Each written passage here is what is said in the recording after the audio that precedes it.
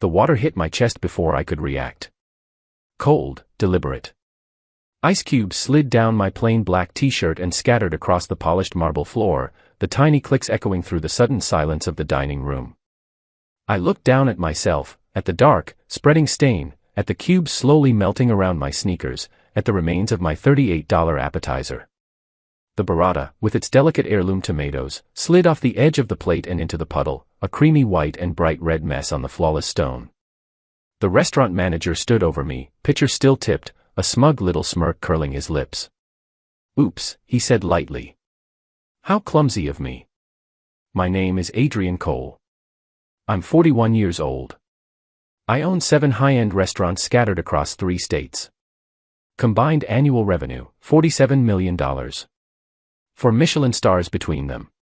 6 James Beard nominations. Tonight, I was having dinner at one of my own places, sitting at table 12 in the main dining room, not as the owner, but as a nobody in a cheap outfit. Undercover. Plain black t-shirt from a discount rack, faded jeans, scuffed white sneakers. No watch, no cufflinks, no obvious labels. Just a man in a t-shirt at a restaurant where the tasting menu started at $185 a head. And my own manager, Leo Romano, hired 8 months ago on the glowing recommendation of a hospitality consultant and paid $140,000 a year plus bonuses, had just poured water all over me. "Leo, what's the problem?" The voice floated over from behind him, smooth and amused. Behind Leo stood Camilla Hart, the actress headlining some overhyped superhero sequel currently filming in the city. Her online profile listed her net worth at $32 million. Her entourage, publicist, assistant, bodyguard, blocked the aisle like a human wall of designer suits and curated indifference. Outside the floor-to-ceiling windows, camera flashes from paparazzi burst in quick, white explosions. "No problem at all, Ms. Hart," Leo purred, his Italian accent suddenly thicker, his posture a perfect half-bow. Then he turned back to me, his voice dropping to a harsh whisper. "This gentleman was just leaving." "I have a reservation," I said calmly. My hand stayed flat on the table. It didn't shake. It didn't curl into a fist. I'd trained myself out of that tells and temper habit years ago. Table 12. 8 o'clock. Name is Cole. Not anymore. Leo snatched up my plate with a flick of his wrist, the burrata I'd barely tasted, the heritage tomatoes that had cost us $8.50 a pound from the organic farm outside the city. "This table is for VIP guests. You're wearing a t-shirt and sneakers. You clearly don't belong here." The dining room went dead silent. 68 seats, Thursday night, fully booked at $185 per person on average. Every head turned toward us. Every conversation cut off mid-sentence. Somewhere, a spoon clinked against porcelain and then froze in the air. "I booked this table 2 weeks ago," I said, still level. "Confirmed it yesterday. Prepaid the deposit." Leo leaned close enough that I could smell the cigarettes and the illicit espresso he'd been downing in the kitchen. "I don't care if you booked it 2 years ago," he hissed. "Ms. Hart wants this table. She has 12 million followers. She's important. You're nobody." He snapped his fingers at a nearby busser. "Mateo. Clear this now." Mateo Alvarez, 22, 3 years with us, saving every spare dollar for nursing school. He'd never been late to a shift, never no-called, never no-showed. His hands hovered over my cutlery, unsure. "Now," Leo barked. Mateo started clearing the table. His eyes met mine for half a second. "Sorry," his expression said, shoulders tight with apology and fear. Camilla laughed, a bright, brittle chime that sounded like crystal cracking. "Finally," she said, sliding a designer bag off her shoulder. "Someone who actually understands service. Do you have any idea how many places treat regular people better than celebrities? It's exhausting." She swept into my chair before Mateo had finished wiping away the spill, her gown brushing against the damp edge of the table. Leo tossed a wet napkin in front of me like a bone thrown to a stray dog. "You're making a scene," he muttered. "Leave before I call security." "I'm wet," I said quietly. "You spilled water on me. You spilled it on yourself." The lie flowed out of him smooth, practiced, effortless. Clumsy guests shouldn't dine at establishments like this. Perhaps try a chain restaurant. I hear they're very accommodating. The lie hung between us like heavy smoke. Everyone had seen what happened, but no one said a word. That was the way these things worked. When you're a man in a t-shirt and the person across from you has money, fame, and a publicist watching every angle, the truth becomes a detail no one wants to touch. I'd like to speak to the owner, I said. Leo's smile widened, shark-like. The owner doesn't speak to people like you, he said. He's a very busy man. Very important. Now get out before you embarrass yourself further. I needed to see how far this would go. How deep the rot had spread. What if, I asked evenly, I can't afford another meal tonight? What if this was a special occasion? Then you shouldn't have picked a place above your means. He flicked his gaze over me, from damp t-shirt to old sneakers. Everything about you screams discount store. This is a temple of cuisine, not a soup kitchen. At the next table, a woman wrapped in Chanel and diamonds laughed into her wineglass. Leo, I said, last chance. I need to speak to your supervisor. I am the supervisor, he snapped. I am the authority here, and I'm telling you to leave. I reached into my pocket. My phone was dry. Thank God for the bulky case. What are you doing? Leo demanded. Are you recording this? Give me that phone. This is a private establishment. I'll have you arrested for. He lunged for my hand. Don't touch me, I said quietly, pulling back. Security. Leo shouted, but I'd already opened my messages. One contact, pinned at the very top of my favorites, exec board, emergency. 3 years ago, I'd set up that group text. It linked all 7 of my head chefs, all 7 general managers, my CFO, my operations director, and my head of HR. We had never used it. It existed for one scenario only. Code black.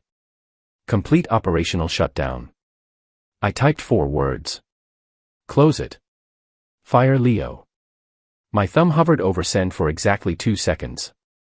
This was nuclear. This was scorched earth. This was 38 employees going home early, 68 reservations ruined, thousands in lost revenue, and a wave of chaos that every food blogger in the city would feast on for days. But I'd seen enough. Send. Leo clamped a hand around my arm. His fingers dug into my bicep hard enough to bruise. I said, he snarled, give me that. His phone buzzed in his pocket. Then another phone chimed. Then another. A cascade of tones erupted, managers, leads, supervisors, all chiming at once in a harsh, discordant chorus that cut straight through the gentle classical music drifting from the speakers. Leo's grip loosened. He fumbled his phone out, looked at the screen, and all the color drained from his face. He went from pink to chalk in a heartbeat. What is it? Camilla demanded, frowning over the menu. What's wrong? Leo stared at the notification, his hand beginning to tremble. The phone slipped, and he barely caught it. I knew exactly what the screen said. I'd sat in my office watching our IT director program the system last year, making sure the wording was crystal clear. Code black activated. All operations cease immediately. Owner directive. Restaurant closure. Manager Leo Romano, employment terminated effective immediately. Do not serve. Do not cook. Do not clean. Await further instructions. The kitchen doors slammed open. Out walked Chef Marcus Reed. 6'3", 240 pounds, tattooed forearms dark against his rolled-up white sleeves. His apron bore the stains and smears of a busy dinner service. He'd been cooking professionally for 22 years, 11 of them with my restaurant group. Culinary Institute of America grad. Winner of the 2019 Citywide Chef of the Year award. Behind him, in a tight, unified line, came the rest of the kitchen brigade, sous chefs, line cooks, pastry team, prep crew. 18 people in spotless whites, untying aprons as they walked. Marcus. Leo's voice cracked. What are you doing? Get back in the kitchen. We have orders. Marcus didn't look at him. He walked straight to my table. To me. to the men in the wet t-shirt sitting in a puddle of water. Then he bowed. Not a joking half nod, but a deliberate, formal bow, the kind you see in top-tier Japanese dining rooms, a bow that said respect, allegiance, and understanding all at once. "Mr. Cole," Marcus said, his deep voice filling the hushed space. "We received the code black notification. The stoves are off. Gas lines are shut down. The staff is clocked out." He turned his head to Leo, his expression turning to stone. "We don't work for people who humiliate our boss." Leo's mouth opened. Closed. Opened again. No sound came out. Camilla shot to her feet so fast her chair screeched backward. Her wineglass toppled over, spilling a 2015 Bordeaux, $340 a bottle, across the linen. The red spread like a stain of blood on snow. "Boss. He can't be. The owner," I finished for her. I rose slowly. Water still clung to my shirt. Ice cubes melted into a faint, cold ring at my feet. "Adrian Cole," I said. "I own this restaurant. And 6 others. Savory Lantern in Charlotte. Ember and Ash in Nashville. The Pearl Room in Savannah. Meridian House in Charleston. Copper and Time in Birmingham. Harvest Sky in Athens." I looked at Leo, at his bloodless face, his shaking hands, the dawning horror in his eyes. "I dress like this when I visit," I said softly.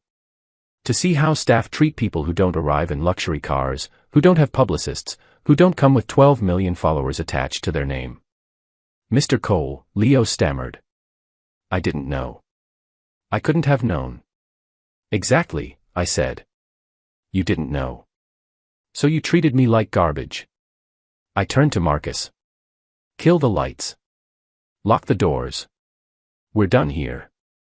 "Yes, chef," he said instinctively, then corrected himself with a faint smile.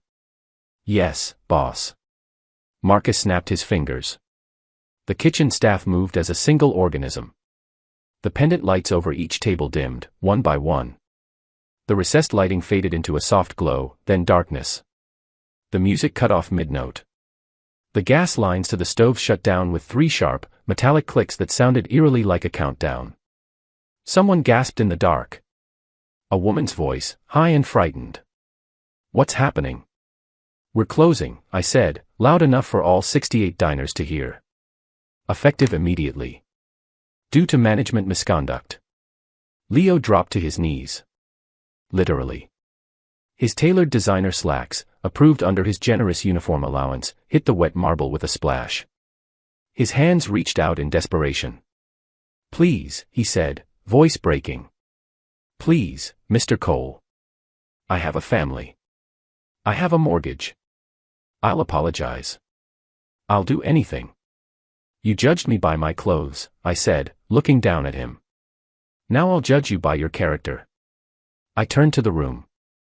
68 faces stared back, some angry, some confused, some embarrassed. The woman in Chanel who had laughed earlier suddenly found the pattern on her napkin deeply interesting. "Ladies and gentlemen," I said, "I apologize for the disruption. Your meals tonight are complimentary. My CFO will process full refunds within 48 hours. I take full responsibility for this situation." Then I looked directly at Camilla, at the expensive dress, the shell-shocked expression, and the dawning understanding that she'd just been part of something ugly. "Ms. Hart," I said, "there's a fast food place 3 blocks down. I hear they don't discriminate based on t-shirts." I started walking toward the exit.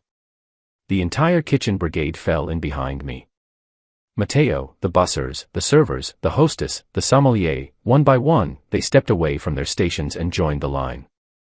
We walked out as a unit through the double doors, leaving behind clinking glasses, hushed voices, and a manager on his knees in a darkened dining room. Behind us, I heard Camilla's voice, high and bewildered. "Wait, what just happened?" I kept walking. Out on the sidewalk, under the glow of the street lamps, Marcus matched his stride to mine. "Boss," he said, an incredulous grin spreading across his face, "that was the most beautiful thing I've ever seen." "It was expensive," I replied. "Worth every penny." Maybe not. My CFO's spreadsheet would tell me soon enough. But I knew one thing for certain, I needed to explain how we'd gotten here. Because this wasn't the first time, and it wouldn't be the last. 3 years earlier, I'd made myself a promise. It happened at my Charlotte location, Savory Lantern, on a slow Tuesday evening. I'd sat in a back corner, half watching the floor, half glued to my phone as I argued with a supplier over a late delivery. Out of the corner of my eye, I'd noticed a man at the host stand, faded jacket, calloused hands, nervous posture, a little girl in a too-big dress holding his hand. He'd saved up $63. The cheapest entree on the menu was $18. He'd asked, quietly, if they could share one plate for his daughter's birthday. The manager had called security and had them walked out. Humiliated him in front of his child. I'd still been on the phone, saying something about truffle oil, when they were escorted out the door. By the time I looked up, they were gone. I never saw them again. I never got to apologize. I never got to make it right. So I made a promise instead. I would visit every one of my restaurants undercover, dressed like an ordinary guest, and find out, really find out, how my staff treated people who didn't look important. Most of my employees passed that test. Most were kind, professional, fair, the same with every guest. But not all. In Nashville, a server refused to seat an elderly black couple by the windows, insisting those tables were reserved for regulars. I fired her on the spot. In Savannah, a bartender watered down drinks for customers he decided were cheap tippers. Gone. In Charleston, a host mocked a customer's accent within earshot of the dining room. She lasted 30 minutes after I overheard her. But Leo was different. Leo was cruel. He'd been getting away with it. In the last 2 months, we'd logged 3 serious complaints. One came through our customer service email. 2 more appeared as anonymous public reviews. Manager was incredibly rude to anyone not wearing designer clothes. Felt judged from the moment I walked in. Beautiful food, terrible service. Manager clearly plays favorites. I'd asked my operations director, Jenna Park, 15 years in hospitality, MBA from Cornell, to investigate. She'd spent a week doing phone interviews, sending in mystery diners, circulating anonymous staff surveys. Her report, delivered last Tuesday in my Atlanta office, had been blunt. Leo Romano is creating a toxic environment. Excellent with VIPs. Dismissive to everyone else. Staff are afraid to speak up. He's fired 2 people after they questioned him. Recommend immediate termination pending review. I'd thanked her, filed the report away, and decided I needed to see Leo in action for myself. Which is how I ended up at table 12 in a cheap t-shirt on a Thursday at 8 p.m., and watched him exceed my worst expectations. The staff and I walked 3 blocks to a small coffee shop called Deja Brew, open until midnight. We filled every free table and half the stools along the window. Marcus stepped up to the counter. Coffee for everyone, he said to the barista, a college kid with blue hair and shadows under their eyes. And whatever pastries you've got left. Put it on my card, he added. Put it on mine, I corrected. Company expense. The barista blinked at the crowd of people in chef whites and server uniforms. Are you guys okay? They asked. You look like you just escaped something. We did, Marcus said.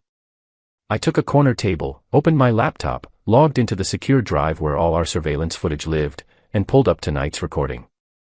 I scrubbed to 7:47 p.m. The video showed everything. Leo reaching for the pitcher. Leo angling it. The water arcing out of the spout. My shirt darkening on impact. The smirk on his face. There was no audio, but anyone who could read lips would see the lie in his denial. His words were written on his mouth as clearly as if they'd been printed. I exported the clip and emailed it to Jenna and to our head of HR, Robert Martinez, 23 years in human resources and employment law, currently juggling 3 other termination cases. My phone rang almost immediately. I'm watching it now, Jenna said. This is assault. We should file a police report. We will, I said. Tonight I need to address the team. The board will want a full breakdown. They'll get it. I heard keys tapping. Rough estimate, we just walked away from $18,000 in revenue. Food cost around $4,200. Labor is already sunk. The real hit is reputation. Draft a statement, I said. I want this framed as a stand against discrimination and classism in fine dining. Already on it. And Adrian. Yeah. Leo's done. We have more than enough. Good, I said. And Jenna? I want him blacklisted. Every restaurant group, every hospitality network we're connected to. He doesn't get to stroll into another fine dining job and repeat this. That's aggressive, she said. He poured water on a guest, lied about it, then tried to have security throw them out. If I hadn't been the owner, he'd have gotten away with it. Silence. Then, I'll make the calls. I hung up and looked at my staff, 23 people who'd walked out with me, leaving a packed house behind, choosing loyalty over tips, over safe choices, over comfort. Everyone listen, I said, raising my voice so the whole room could hear. You're all getting paid for a full shift tonight, plus a $500 bonus each, and tomorrow is a paid day off. Cheers and applause erupted, filling the small cafe. What about Leo? Mateo asked when it died down. Is he really fired? Effective immediately, I said. He will never manage another one of my restaurants. Good, said Sandra Blake, one of our senior servers, 53 years old, 28 years in this industry. Last week he told me I was aging out of front of house. Suggested I retire before I embarrass myself. My jaw tightened. Why didn't you report that? I asked. She shrugged, a tired little roll of one shoulder. He's the manager. Who was I supposed to report him to? Me, I said. Always me. Anyone in this company can reach me directly. I pulled a stack of business cards from my wallet and started handing them out, my personal cell on one side, my email on the other. You see something wrong, I said, you tell me. No retaliation. No consequences. That's a promise. Marcus cleared his throat. Boss, he said. There's more. Leo's been skimming. The room fell quiet. Explain, I said. He's been putting fake names into the reservation system, Marcus said. Then when walk-ins show up, he seats them and pockets the supposed deposits. How long? I asked. At least 4 months, Marcus said. Maybe longer. How much? We think around 30,000. My hands curled into fists on the table. Why didn't anyone tell me? I asked. He said you knew, Marcus said quietly. Said it was an approved way to maximize revenue. I closed my eyes and breathed through the anger. It's not approved, I said. It's theft, and I'm going to prosecute. I called Jenna back. Add fraud to the list, I said. Marcus says Leo's been skimming deposits. I want a forensic audit tonight. I'll call the accountants, she said. No one's sleeping anyway. Next up was our attorney, Patricia Brennan. 18 years in employment law, partner at a tough downtown firm. Adrian, she said, picking up on the second ring. Jenna briefed me. I'm drafting the termination package. I want a police report for assault, battery, and theft, I said. All of it. That's going to get messy, she said. Are you sure you want law enforcement involved? He assaulted a guest, I said. That guest happened to be me. But what if it wasn't? What if it had been someone who couldn't fight back? A pause. Fair point, she said. I'll call the police department in the morning. Thank you. I looked back at my staff, the faces, the tired eyes, the cautious hope. One more thing, I said. I need to know if Leo did this to anyone else. Any guests? Any of you? I need the truth. Slowly, hands began to rise. Sandra spoke first. He screamed at a woman who sent back an overcooked steak, she said. Called her too stupid to appreciate properly cooked meat. Mateo. He threw a plate at me last month. Hit my shoulder. Said I was too slow. Christina, the hostess. He told a gay couple they couldn't hold hands at the table, she said. Said it made other guests uncomfortable. David from the line. He told me my accent was unprofessional, he said quietly.